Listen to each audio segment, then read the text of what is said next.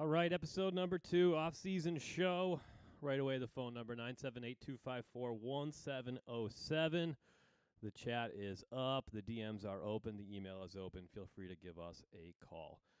Should be a good episode tonight. I'm looking forward to it. We got my buddy Doug on from the highly rated segment Doug Loves Soccer back on ESPN New Hampshire Sports Variety Society.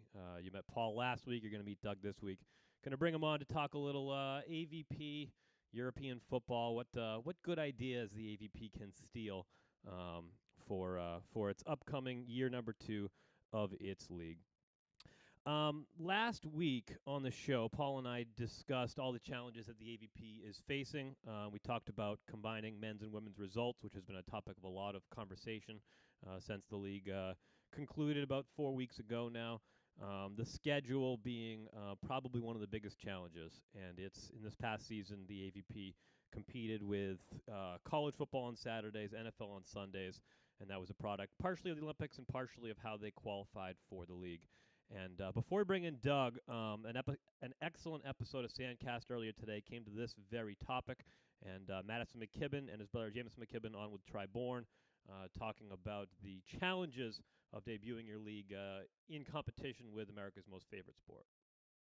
Like people watching sports. Oh, and yeah. The attention economy. The timing of it. Yeah. College football on Saturdays. Right. NFL football on Sundays. We had the Dodgers, Dodgers playing the Yankees when we were in the Honda Center. Yep. The Cowboys were playing. Ownership and everyone knew. The Cowboys were playing their home game while we were playing in Dallas. Yeah, I know. Yeah, they understood, we had everything going up against this thing. So I think expectations were realistic, but to just test out or pilot this concept and see where it goes. Yeah. I think there's so much opportunity. Yeah. In a lot of different areas. It's also So good stuff there, talking about the schedule challenges, and that leads me right to my first guest of the day. Mr. Doug, how are you, sir? What's up? How you doing? Doing good, buddy. Long time since we've been on the air together. I mean, we see each other, every couple of days, so it's not like it's been a long time since I've said hello to you. I know, but hearing you and Paul last week reminisce about the Variety Society days was it was a treat. We just had to get you back on the mic. Back on the air with you. Hell yeah.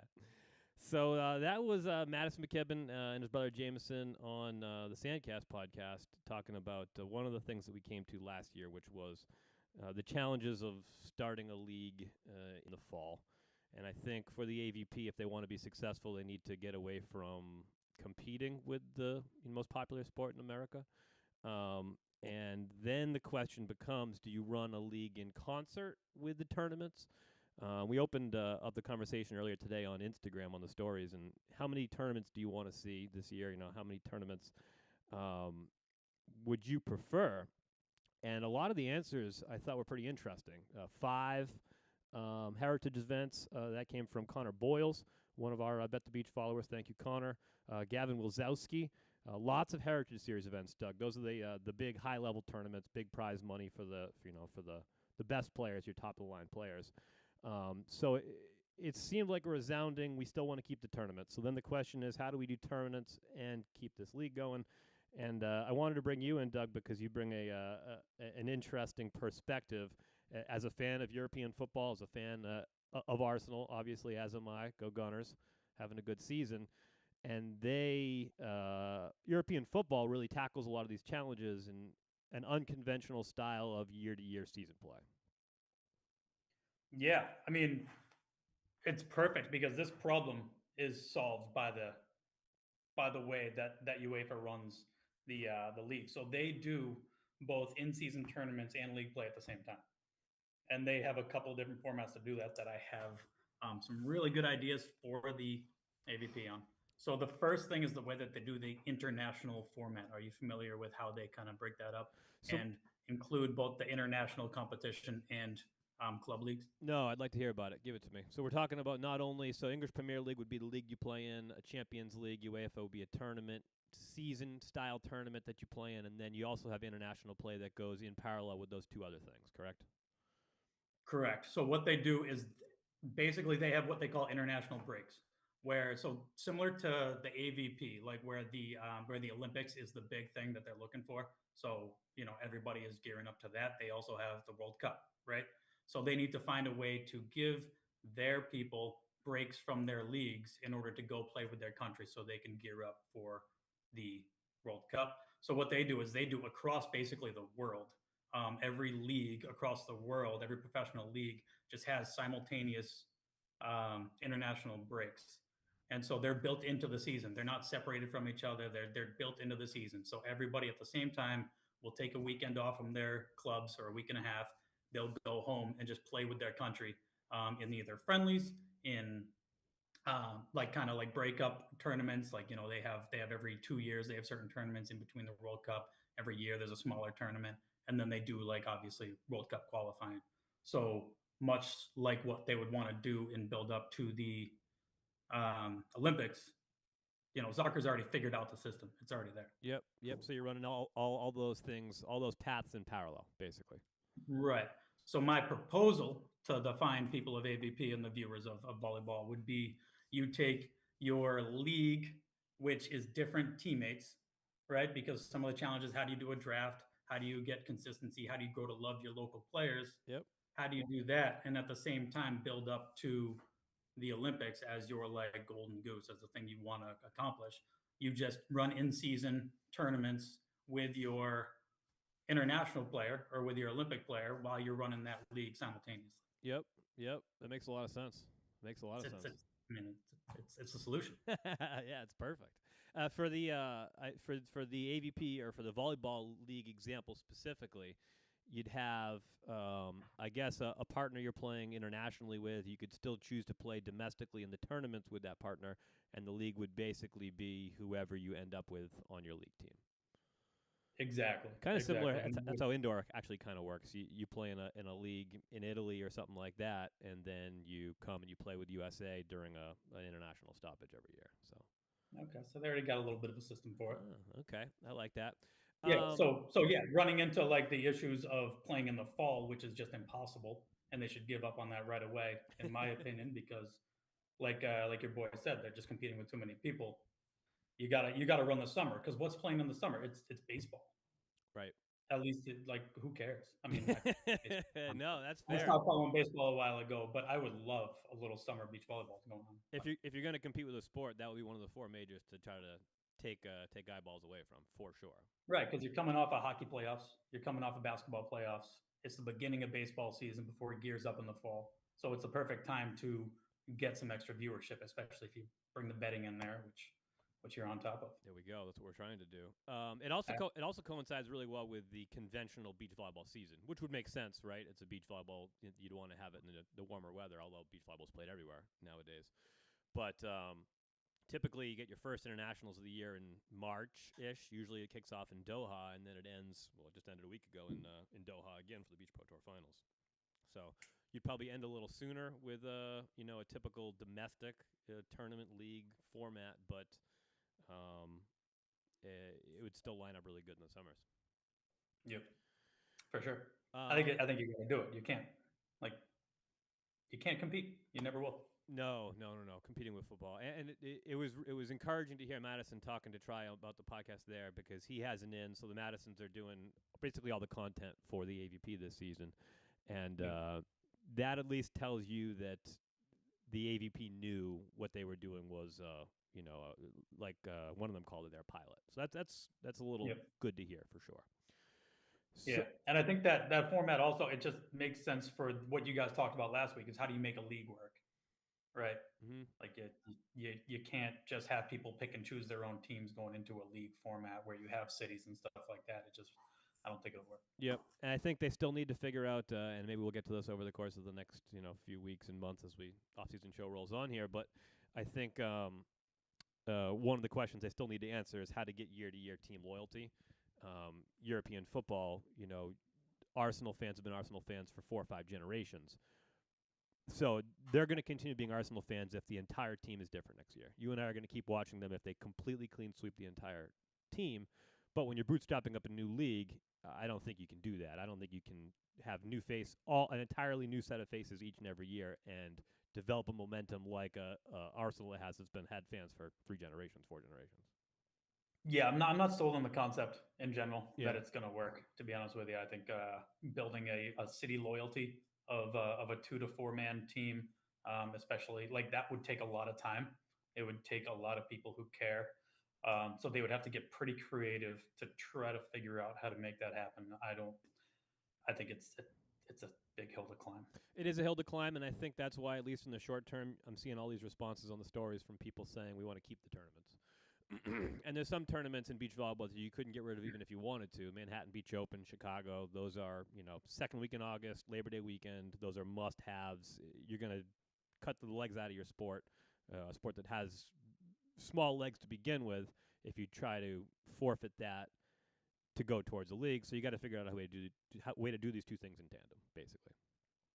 Mm-hmm. Yeah, I think what they need, like what you did with the shove heard around the world, I think the AVP needs some like intense rivalries. Like I would almost even stage a fight at the next Olympics between like, the 2 American teams. Just go all out, just have people commit to it, and just get some viewership, get a little more interest going in there. Yeah, I think it's.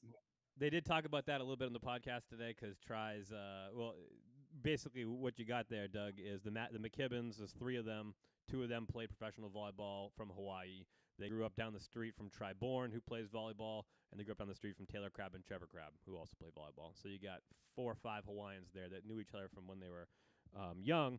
So they were talking about the Trevor Crabb shove heard around the world, and people asking them, was it staged? Was it staged? And it wasn't staged, but it was certainly used to get eyeballs, and it's millions of views in that clip. So yeah, rivalries are a big thing, and I think we want to do more of that here on this show because, and this is no slight to be thrown towards Sandcast because it's a awesome podcast. I love it. I listen to it every week. It came out today, and I've already listened to it. But these are, I think their tagline, and I said this last week, is for the players, by the players. So they're inherently too close to give you unbiased, dramatic style coverage of partner breakups, partner fighting, infighting, and it's a sport that's perfect for that kind of short form drama because you constantly have people switching partners and going head to head, and you saw what happened this year. So I think ultimately that's something hopefully that we can do here on the off-season show is have some fun with some of that drama. Okay, I have a second format. Give it to me. I think I could go all day, but I chose 3 particular pieces. But my number 2 here is the FA Cup. Are you familiar? That one I am not really. No, there's too many cups. Right. I'm going to give you. There's a lot of cups. Too many cups, and some would argue too many cups. Yep. So I decided instead of just talk about the cups in general, like let's talk about the FA Cup, which is phenomenal. Okay. So what the FA Cup is basically it's every English football team in England. Yep. I guess I would say makes sense. Gets to compete in a single elimination tournament for the final FA Cup. So that includes, teams like Chelsea, Arsenal, Man City, Man U, Tottenham, all the big dogs, and it also includes people like playing in the tiniest of leagues at the bottom. In 2011, 763 clubs were able to participate. That's the most they've ever had.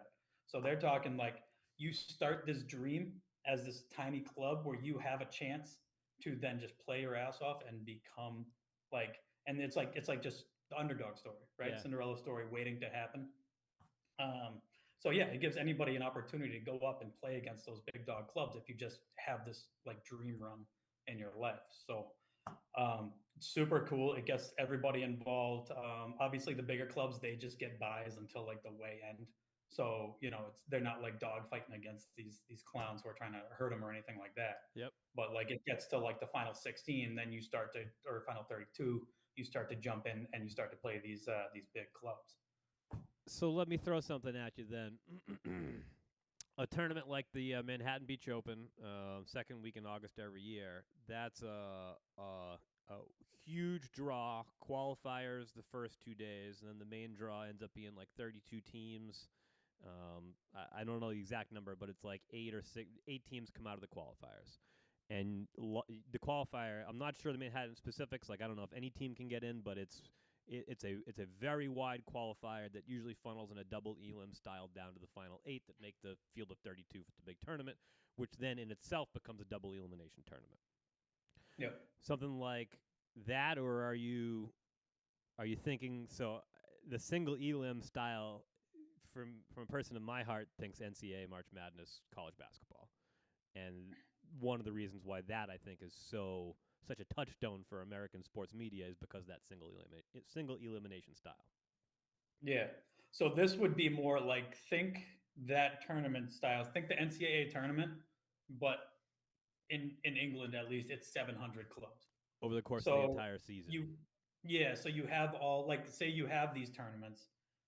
You have a sanctioned side tournament going on with local clubs that can then get a champion, and then you have a regional champion, right, from these different regions. They come in and play. Then you have a state champion. A state champion comes in, plays against another state champion, and then eventually they get to come up and start playing people who have been on the tour or on the tour. And basically then it becomes the underdog story. So there you just have these local people trying to get in, partner up, and then it becomes just this like really, really cool chance at just playing your heroes and the people that you watch. I love the concept. I'm just not sure how you bootstrap that up from the beginning.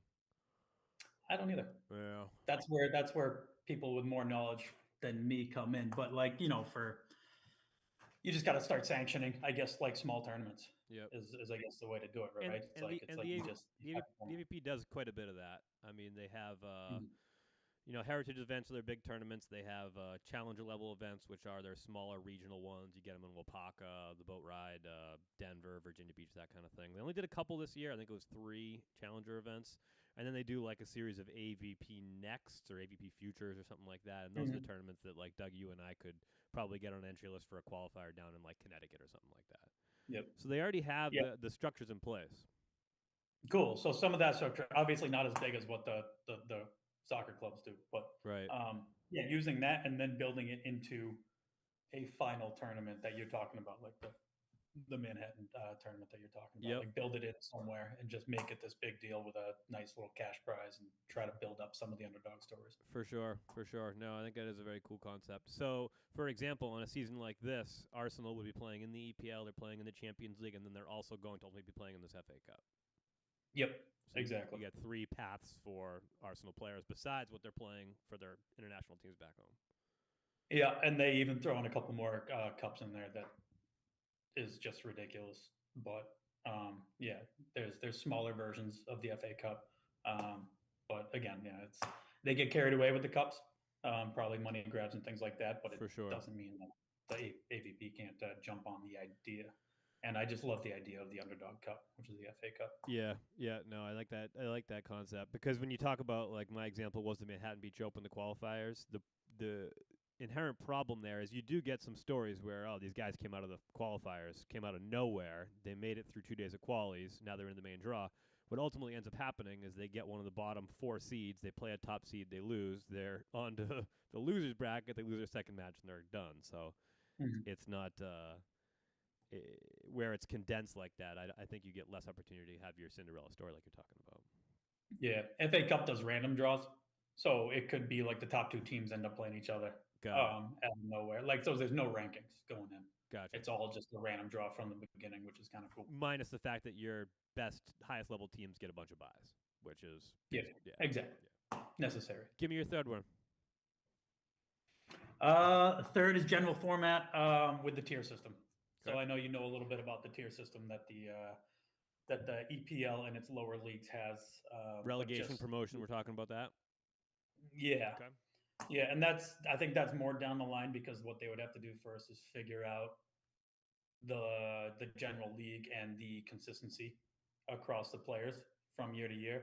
Because I'll start from the beginning, but basically what they do over there is they have a tier system of leagues. So there's the English Premier League, there's the Championship, which is a league below that. There's League One, there's League Two, and it just keeps on going down. And the bottom teams from each league go to the league below it, and the top teams go up. So on the line for those teams, they have sponsorships. They have money. They have fan base followings. They have TV deals. Everything on the line as they climb that ladder or go down that ladder. So there's just always a ton on the line going to the season. So you don't want to be in the bottom of that, and it's a real ton of motivation to be at the top, even if you're a smaller league. The closest parallel we have right now on the volleyball level is whether you make that cutoff tier to make it into the league or you don't. Yeah. Which I think is really the touchstone for one of the biggest conversations to be had here is this season they use the tournaments and then post-Olympics to qualify you for the league. In the future, you can't do that because you're going to try to occupy that summer block like we're talking about, which we can all agree it's got to go from May to September. So your tournaments are held in parallel with your league. So, and we can't, unfortunately, and I'd love to do this like European football does, I'd love to use 2024's tournament results to qualify you for 2025 league, but you can't do that. So we got to figure out another way, whether it's points or whether it's a draft or something like that, to qualify either in season or some combination of last season performance plus a draft early in the season. I think that's the only way to do it.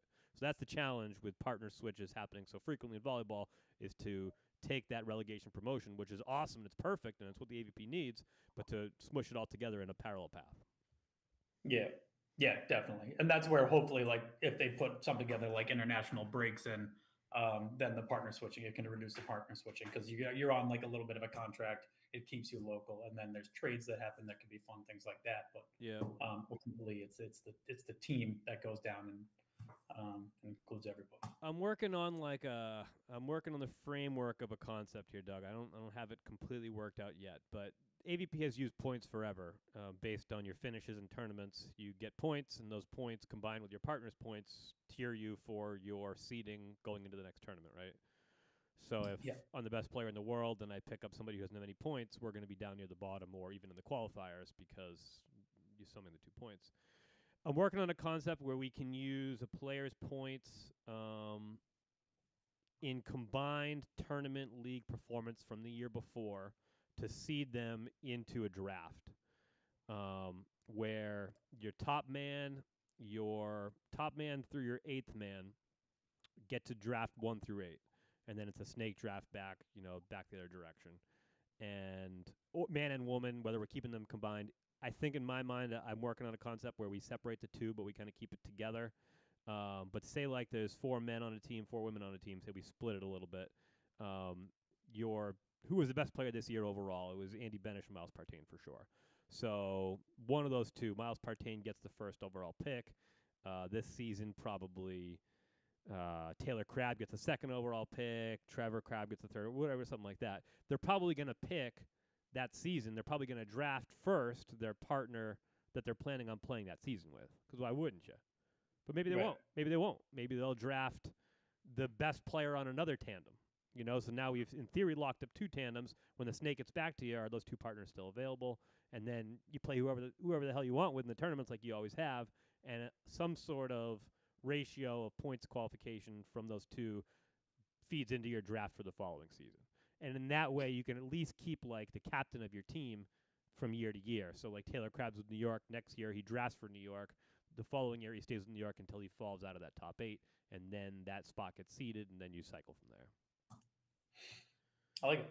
I mean, I think it makes sense. I think it solves a lot of problems. It's a challenge to implement it and get everyone to buy in. But Doug, talk to me. I think it's better than what they got going on. Which, to your point, has been really good this year. Like, it was a good year of AVP, right? But a lot of kinks to figure out. Yeah, honestly, like, that's kind of the feeling. It's like this thing almost seems not workable, but people liked it. Like, people weirdly loved the golden set, even though people are complaining about combining men's and women's. People, I know, loved the momentum of a week-to-week thing where every week you know what the matchups are the next week.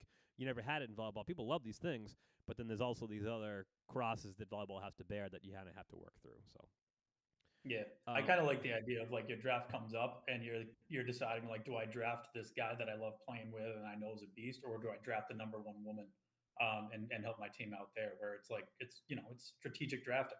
Yep. Going into it. I like that idea. Yeah, no, I think that could be cool. I'm still working on that.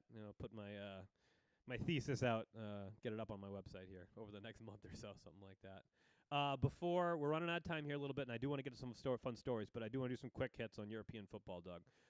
When you and I started watching EPL, one of the things that I was particularly blown away by was the raw, I don't say unfiltered, but like the kind of almost feels brutal, the commentary. It's different. Yeah. It's a different Yes. tone than you get with American sports. Dude, they call people embarrassing. They say it's shameful. Like, and in like a chipper, like I'm just an Englishman saying how it is kind of way, but they like destroy people and teams and managers, ownership. Like they are not afraid to go all in, and it's so much more entertaining that way. I'm with you. I've grown to love it. Yeah, I'm a huge fan of that, and I mean, as people know, if they follow my stuff, they know how big of a fan I am of the media coverage in the AVP. I think the AVP has done a really good job picking some good partners, some good commentators, some good producers, some good social media teams. So I do think that there is something to be learned there from the European football model when it comes to its commentary, its production, and of course, you know how much I love Rebecca Lowe in the studio show for the EPL. You gotta love her. Is the AVP commentary too close to the teams and everybody to get there? Like I know it's a tight knit community. Maybe, perhaps a little bit. Yeah, maybe a little bit, at least to get that kind of raw, unfiltered, for sure. I think that's something, for me, it's so far down the list that I wouldn't have thought to bring it up. But yeah, they're a little too close. I think all the media, so volleyball is a weird sport, right? So the people that do all the media and the content are all volleyball players, and they all know all the players, right? I don't know anybody besides me that's doing what I'm doing that has never met any one of these players. And that's unique to the sport because you look at European football, you have thousands of people on their web shows talking about Arsenal's game tomorrow or game today. So did we win, by the way? Did Arsenal win today? Oh yeah, 3-0. There we go. Champions League game today. There we go. Took down some clowns. I don't even know where they come from. All right. Final closing thoughts, Doug, from you. What the AVP can and can't and should not steal from European football model. No, that was content heavy, man. The only other thought I had coming into today was just highlights. Like I will watch any highlight that comes my way, sports related. And I love volleyball. So like I'm surprised I don't get more volleyball highlights coming into my feed. Mm-hmm. So start blasting that stuff out there. That's my only other thought. That's what I would love to see. Gotcha. Fair enough. All right, I got a couple of funny videos for you if you're interested. I am. First was all over my feed earlier today, and it was let's see if we can get what we want here.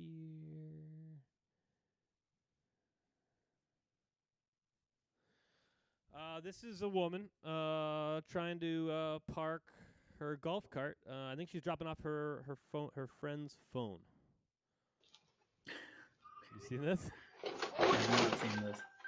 Yes. For our podcast listeners, she drives up the driveway. I think she means to hit the brake, lands on the gas, and blasts into the side of the house. Now it's rolling down the hill.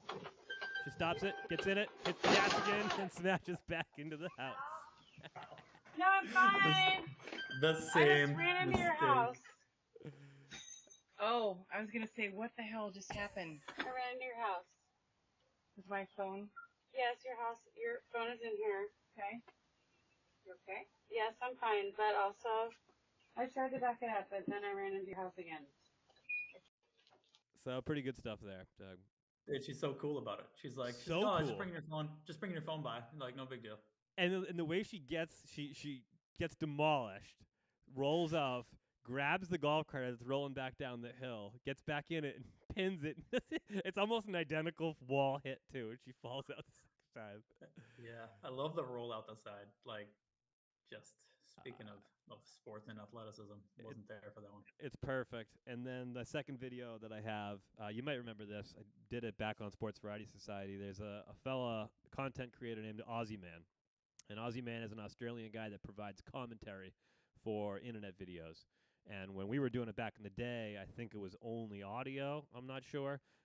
but now he's graduated, and I thought this one was pretty good. Welcome to Home Invasion Day. This Sheila has found a vulnerability in security. She gets a gentle boost. I can't tell you if this is her house and she forgot her key, or she's genuinely looking to commit daylight robbery. Surely it's her house. This used to happen to me all the time when I was 12 years old.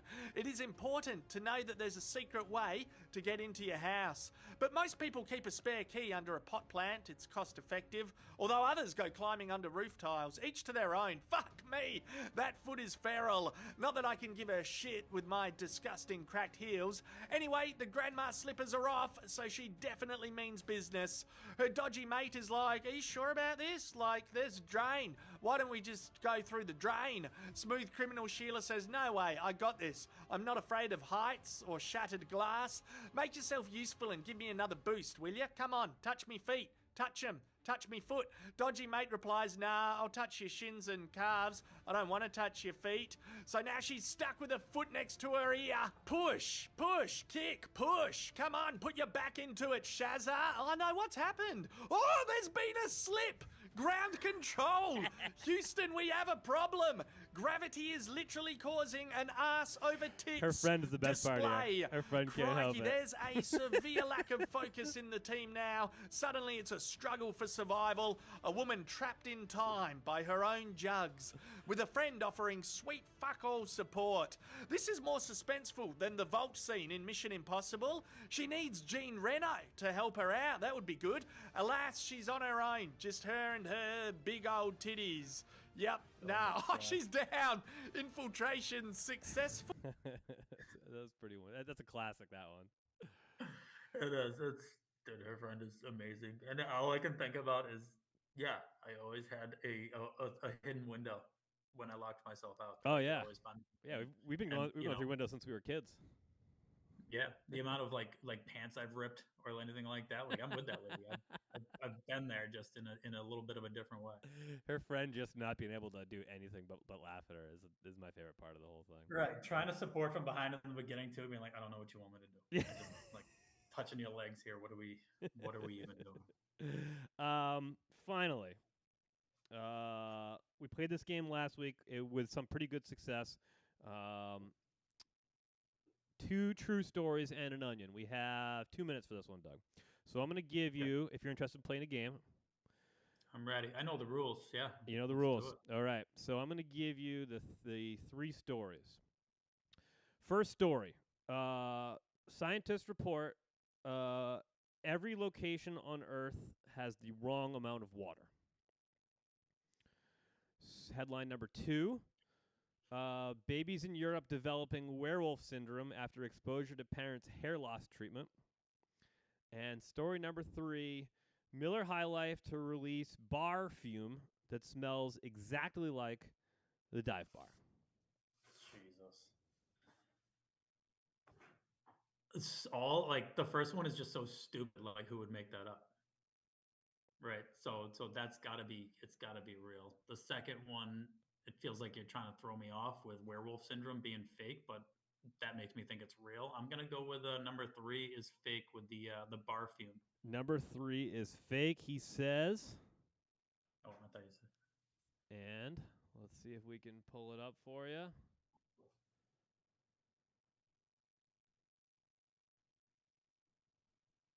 Bar fume is a real product released by the Miller High Life Corporation. The scent of the High Life is here infused with cedarwood and patchouli, tobacco and leather.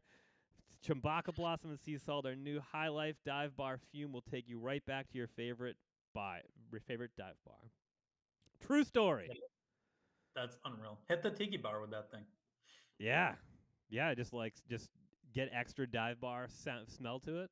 I like that. Yeah, That's yeah, brilliant. It's smelling a little too new and fresh. That's brilliant.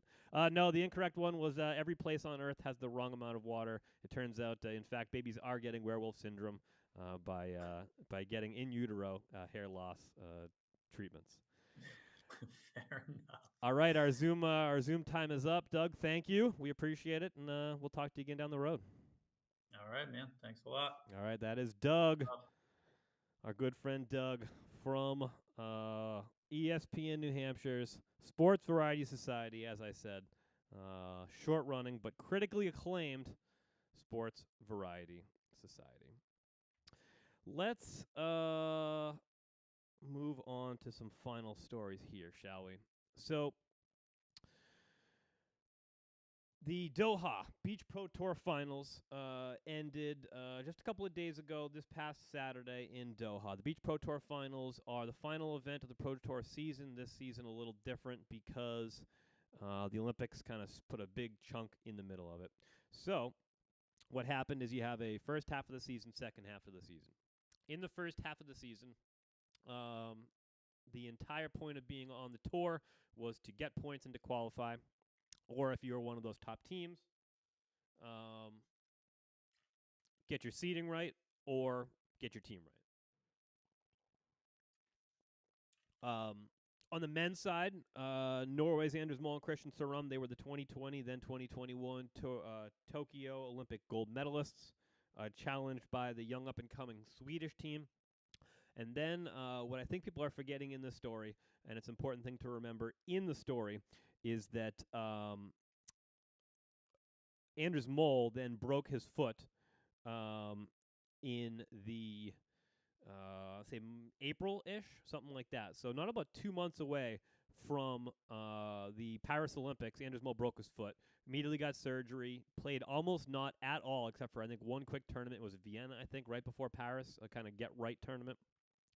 So Norway entered the Olympics on very little practice, and Sweden took the tournament by storm, struggled a little bit in pool play, then came out in the single elim round of 16, dominated, ended up actually playing Germany because Germany beat Anders Moe and Christian Sorum in the semifinals. Sweden takes gold, and then the storyline is, of course, victim of the moment. We have a new number one team in the world. They're the best team in the world, and they're going to be for a very long, long time. Well, Anders Moe and Christian Sorum had been the best team for going on 2 quads, 8-10 years at that point. The Volley Vikings, Anders Moe, some call him the greatest blocker of all time. So Anders Moe keeps getting healthier and healthier. Since the Paris Olympics, let me give you the results in Elite 16s. Hamburg in August, gold, Moe and Sorum. Sweden did not play. Joao Pessoa in October, gold, Moe Sorum. Sweden took bronze. Rio, November, Moe Sorum took a 4th, Sweden took a 5th.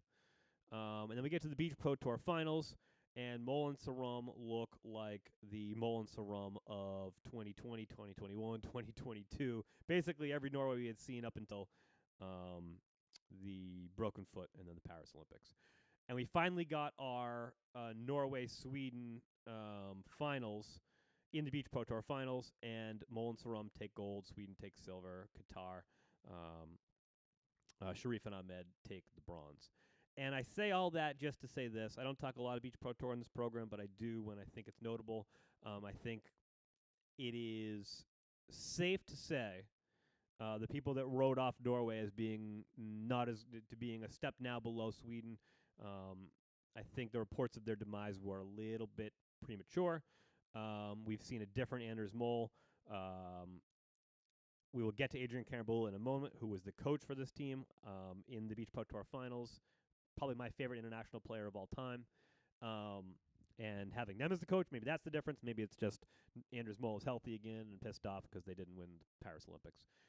So I think Norway still has a pretty good claim excuse me, to that number 1 spot in the world. On the women's side, the second straight Beach Pro Tour Finals. So again, I don't know if I mentioned this already, but there's no points in the line. The Beach Pro Tour Finals, only money. It's a huge prize purse, $150K. Taryn Cloth and Kristen Nuss, the girls from LSU. In my mind, the number 1 women's team in the United States. They won the Beach Pro Tour Finals in 2023. They come back in 2024. Who do they face in the gold medal match of the Beach Pro Tour Finals but Therese Cannon and Megan Kraft?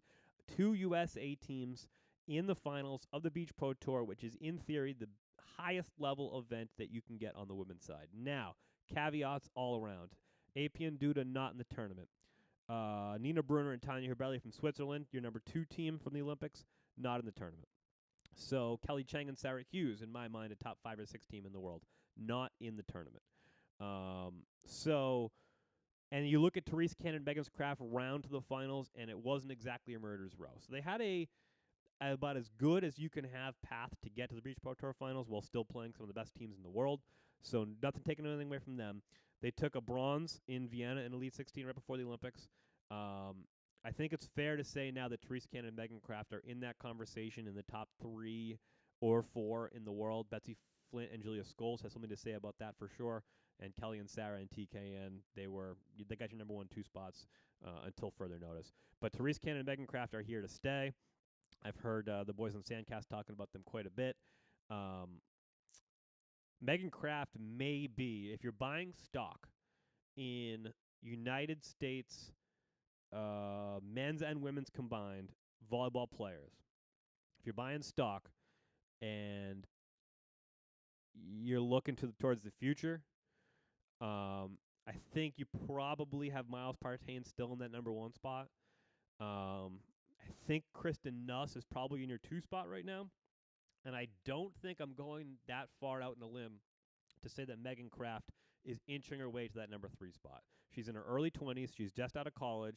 She just moved from block to defense, and she's had such success at the highest level. I think that this is a star, not only in the making, but kind of already here with a ton of way to go. She's a long defender. She can play both positions.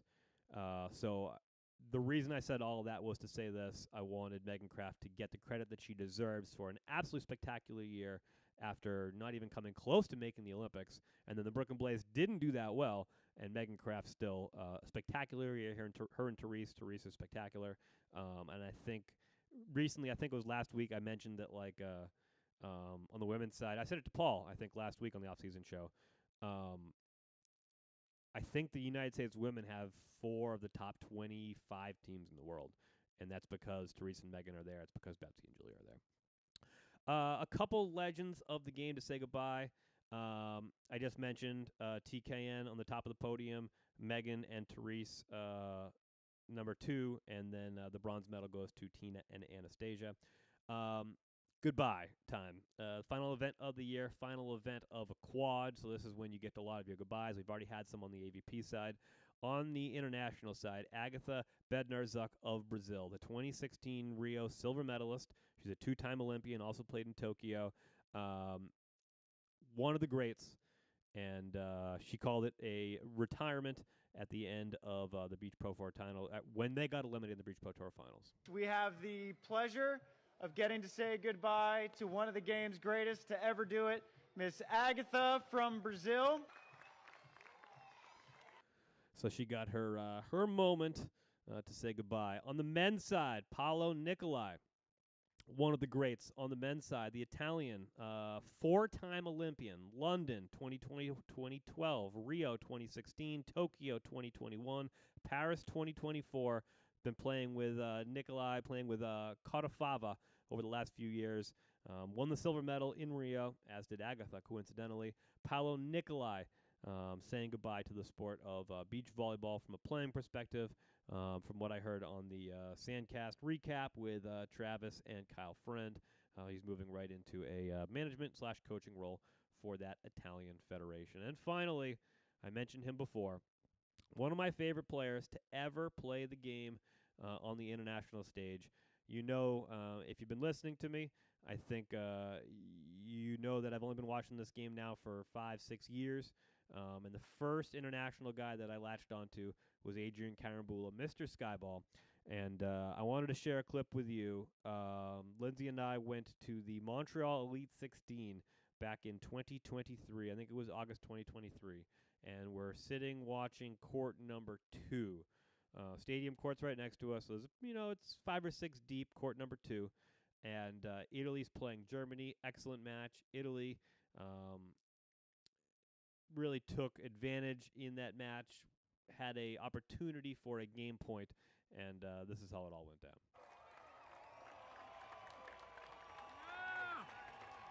Just a showman, Adrian Karambula.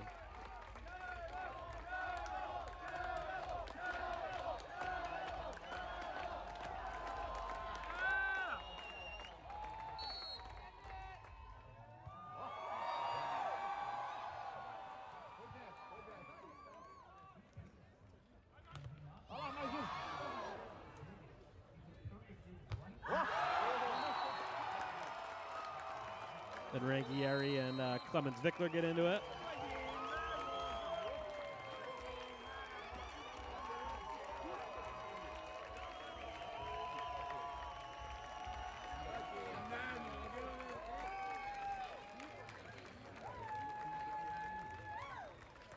Get into it a little more. Adrian wants to talk. Clemens Vickler doesn't want to hear it. Adrian gives him a little mean mug. So, one of the legends of the game, Mr. Skyball, Adrian Karambula, saying goodbye to the sport of volleyball. Looks like he's going to move very smoothly into a coaching role, but a fiery guy. We talked to Doug earlier mentioning how important these rivalries are, how important the fire is, how big that shove was for the AVP. Nobody understood how to engage a crowd better than the man, Adrian Karambula. So congratulations to him for an amazing career, and really loved watching you play. Just a fun guy to watch out in the sand. That'll do it for us for episode number 2 of the off-season show. We got another live episode coming at you next week, and then a couple recorded episodes as we taking you into the Christmas holiday season. Happy Christmas, happy Hanukkah, and all the above. Next week, we're going to return with our What Can We Steal from Other Good Sports series and a bunch of more fun stories for you. And until then, I will say goodbye. It's the Off-Season Show, episode number 2 here on Bet the Beach. Wake up, sunshine, let's go play. Beach volleyball is the way. Sand in my toes, sky so blue. Fun in the sun, just me and you.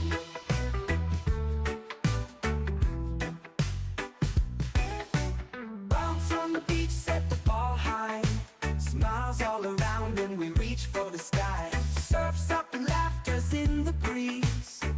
Join the podcast if you please. Having in, watch us fly. Under the sun we feel so high. Spike and surf, hear the cheer. Every day is summer here.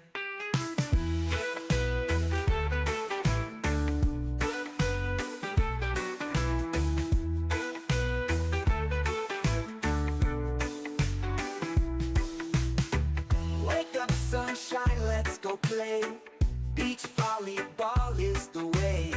Sand in my toes, sky so blue. Fun in the sun, just me and you. Bounce on the beach, set the ball high. Smiles all around and we reach for the sky. Surfs up and laughter's in the breeze. Join the podcast if you please. Dive and dig, watch us fly. Under the sun we feel so high. Spike and surf, hear the cheer. Every day is summer here.